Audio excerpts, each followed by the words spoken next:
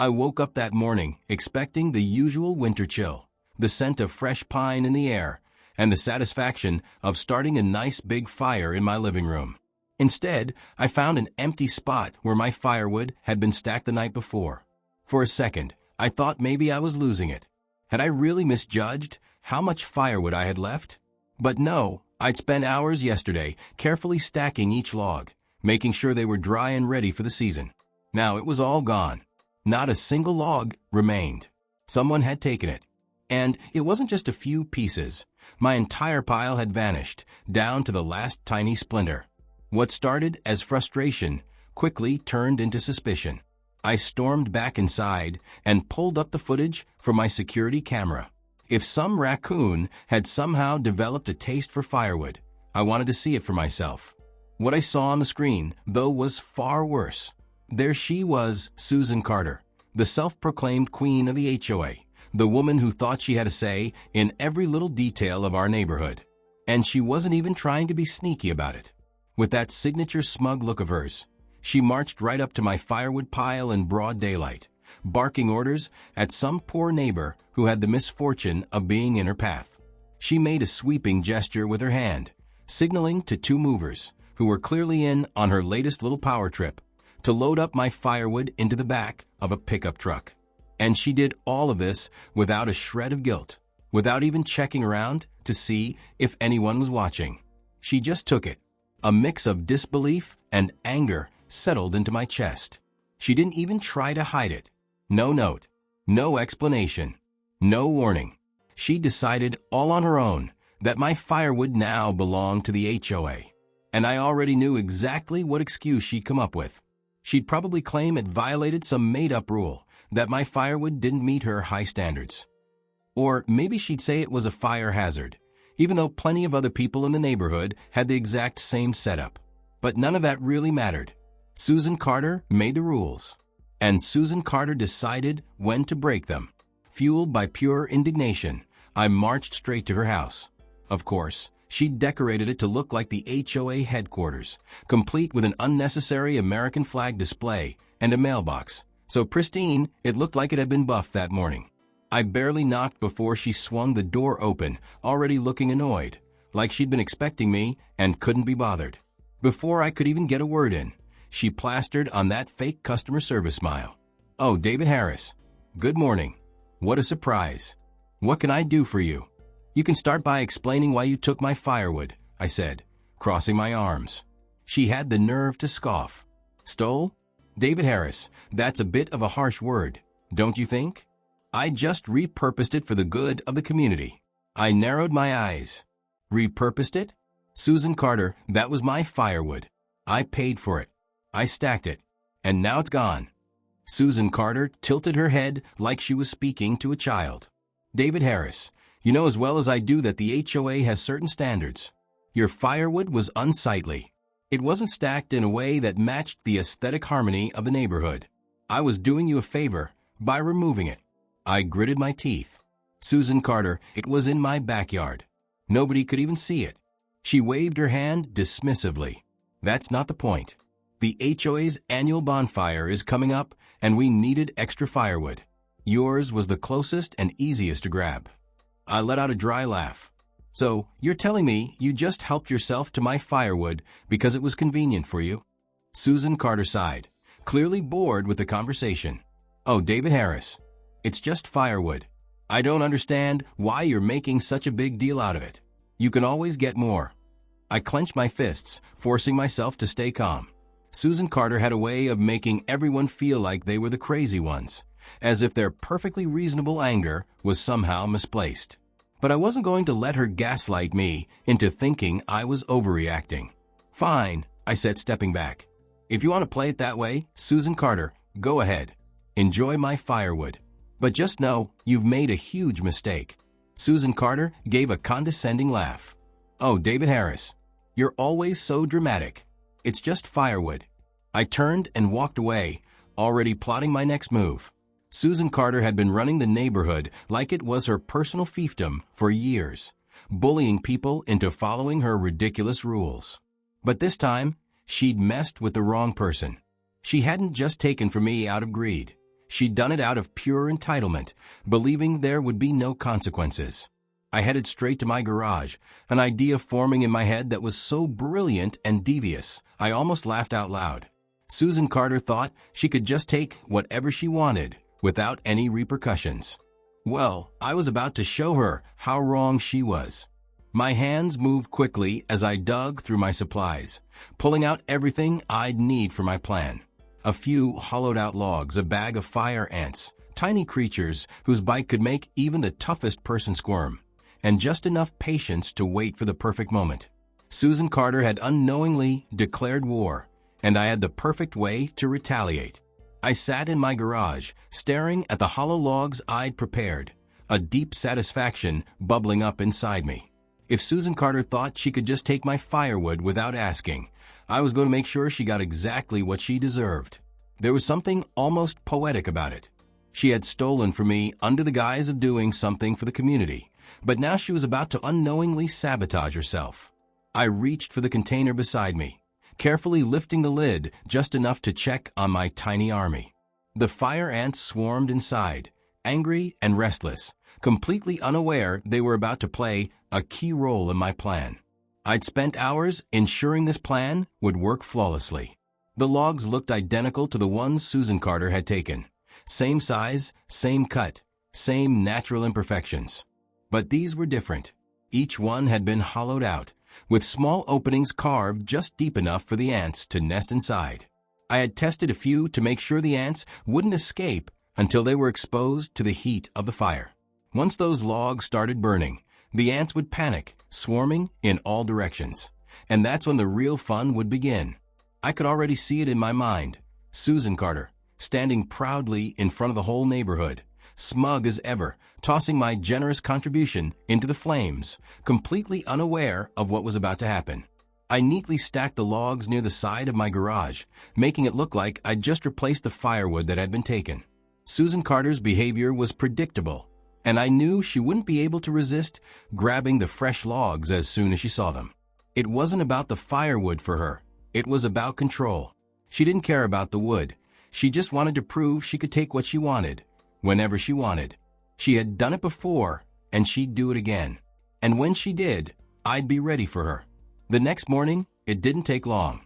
I was finishing my coffee when I happened to glance out the window and saw her standing at the edge of my yard, hands on her hips, glaring at my neatly stacked logs.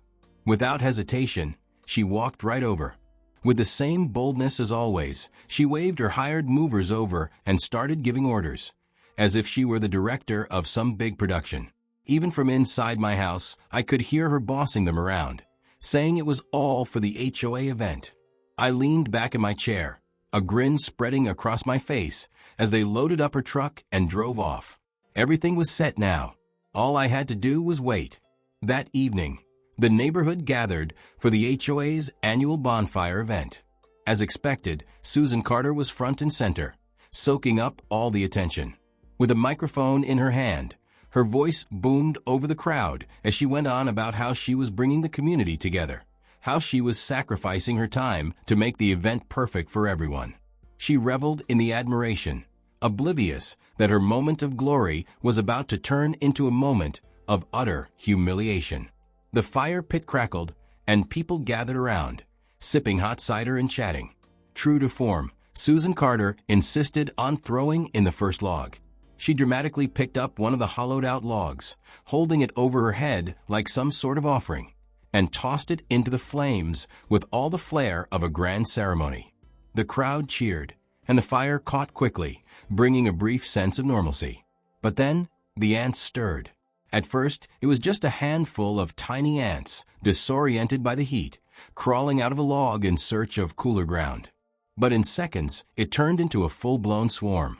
What started with a few quickly turned into dozens, then hundreds, and before long, thousands of ants were escaping the flames, scurrying in all directions.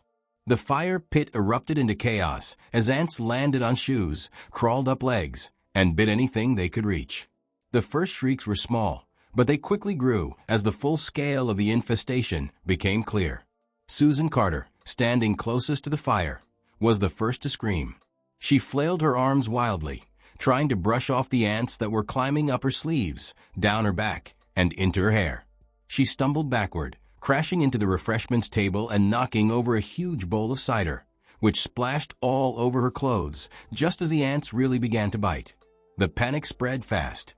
People leaped from their seats, knocking over chairs, spilling tables, and tripping over each other in a desperate scramble to get away from the ants. Someone knocked over a plate of marshmallows, which stuck to Susan Carter's cider-soaked clothes, turning her into a walking sticky trap for the ants. She spun in frantic circles, yelling about fire hazards and bioterrorism, as the entire neighborhood watched in stunned silence. The HOA vice president, Linda Miller, was the first to snap out of it. "Somebody help her," she shouted, but no one dared approach. Susan Carter, still thrashing, tripped over a chair and landed face first into the leftover marshmallows. When she stood up, her face was plastered with melted marshmallow, and her hair was a tangled mess of sugar and fire ants. The scene was so absurd, so perfect, that I had to bite my lip to stop from laughing.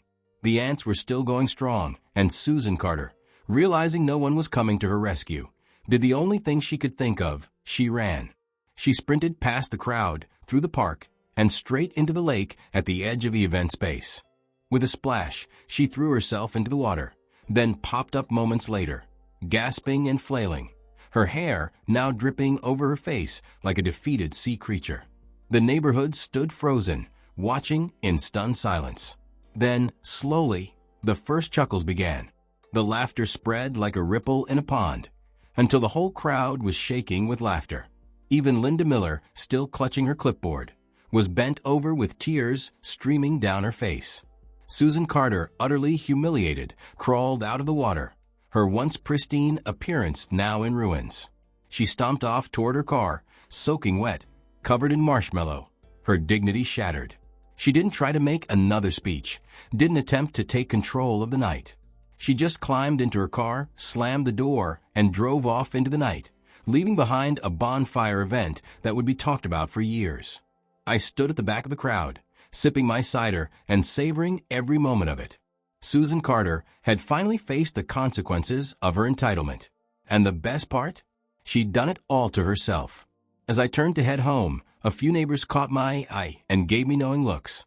They didn't say a word, but the smirks on their faces spoke volumes.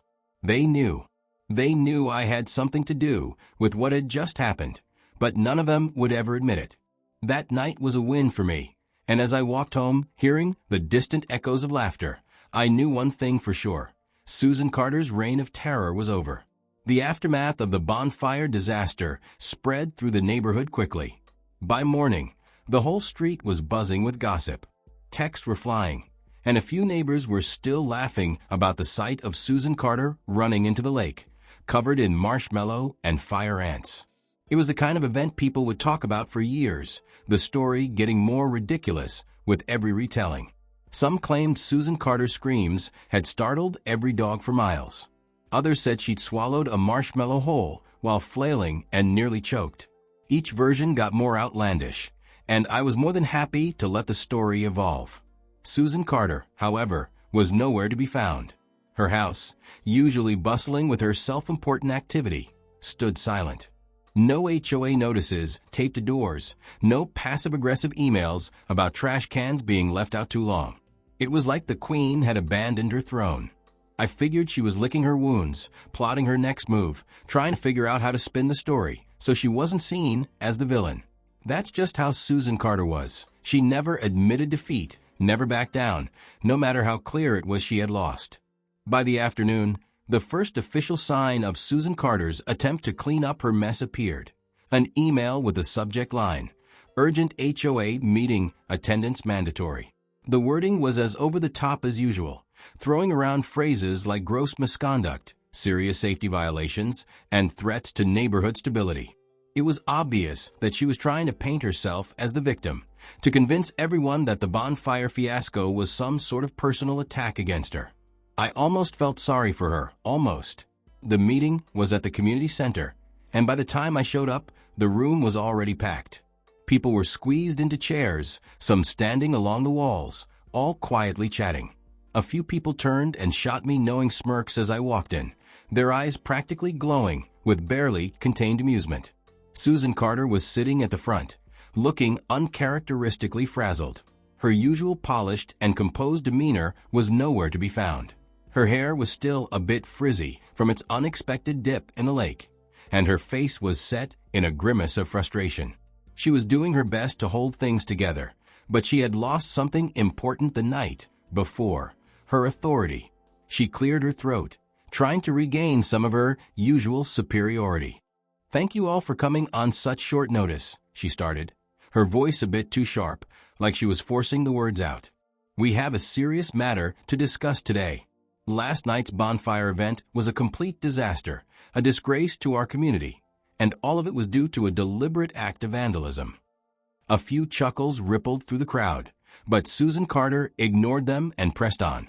"Someone," she said, her eyes scanning the room and pausing on me for a beat too long, "someone deliberately tampered with the firewood. They put in dangerous, insect-infested logs that caused chaos, injuries, and damage to the HOA's reputation. This is an attack on our way of life, and I demand that whoever is responsible be held accountable." She paused, clearly expecting the room to agree with her. But instead, there was an awkward silence. A few people exchanged glances, and from the back, someone let out a snicker. Susan Carter's jaw clenched. Finally, Linda Miller, the HOA vice president, spoke up in a slow, measured tone. "Susan Carter, before we start making accusations, maybe we should address the real issue here. Like how the firewood ended up in the first place." Linda Miller added, raising an eyebrow. Susan Carter blinked, clearly thrown off. "What do you mean?" she asked, her voice suddenly defensive. Linda Miller leaned in, hands clasped together. "Well, correct me if I'm wrong, but didn't you take that firewood from David Harris's property without his permission?" A ripple of murmurs spread through the crowd. Susan Carter's face twitched, but she forced a laugh. "Oh, come on. It was for the good of the community. His firewood was in violation of aesthetic standards." Linda Miller raised an eyebrow. "You mean the aesthetic standards that don't actually exist in the HOA guidelines?" Susan Carter stiffened, her carefully constructed defense falling apart. "I was acting in the best interest of—" Before she could finish, old Mr. Roberts, one of the longest-standing residents, spoke up. "Susan Carter, you took that man's firewood. Then you threw it into the bonfire in front of the whole neighborhood. And now you're mad because it backfired. Sounds like karma to me." Laughter filled the room. Susan Carter's face turned a deep shade of red, and her composure continued to slip. For years, she'd bullied people, twisted the rules, and acted like she was above everyone else. But now the magic was gone. People weren't afraid of her anymore. They were openly laughing at her, questioning her authority. And Susan Carter knew it. "I moved to have a vote," Linda Miller said, cutting through the noise. A vote to remove Susan Carter from her position as HOA president. The room went still for a moment, then exploded with voices. People were nodding, whispering in agreement, while Susan Carter's face twisted in horror. "You can't be serious," she sputtered, standing up. "I've dedicated years to this community. I've made sacrifices. You stole firewood, ruined the bonfire, and almost started a neighborhood riot," someone yelled from the back. "You fined people for having garden gnomes," another person added. "You wrote me up for leaving my porch light on too late," a woman chimed in. "You banned lemonade stands," a kid shouted, and that was the last straw. The room erupted in boos, people shaking their heads, laughing, all calling for the vote to be taken right away. Linda Miller stood up, barely hiding a smile. "All in favor of removing Susan Carter from her position?" Hands shot up across the room. More than half, way more than enough. Susan Carter's mouth flapped open and closed like a fish gasping for air. She turned to the crowd, desperate, trying to salvage whatever she could. "You're making a mistake. You need me. This community needs me." But no one was listening. The vote had been cast. It was over.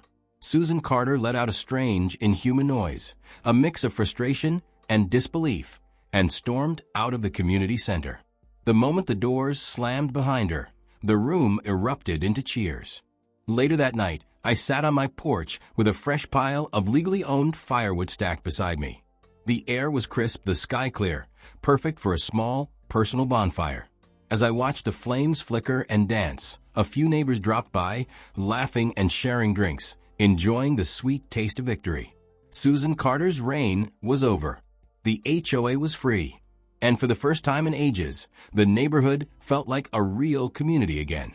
I raised my cup of hot cider, smiling to myself. "Here's to justice," I muttered, tossing another log into the fire. And for once I could enjoy it in peace. Thanks for watching. Share with friends and hit the subscribe.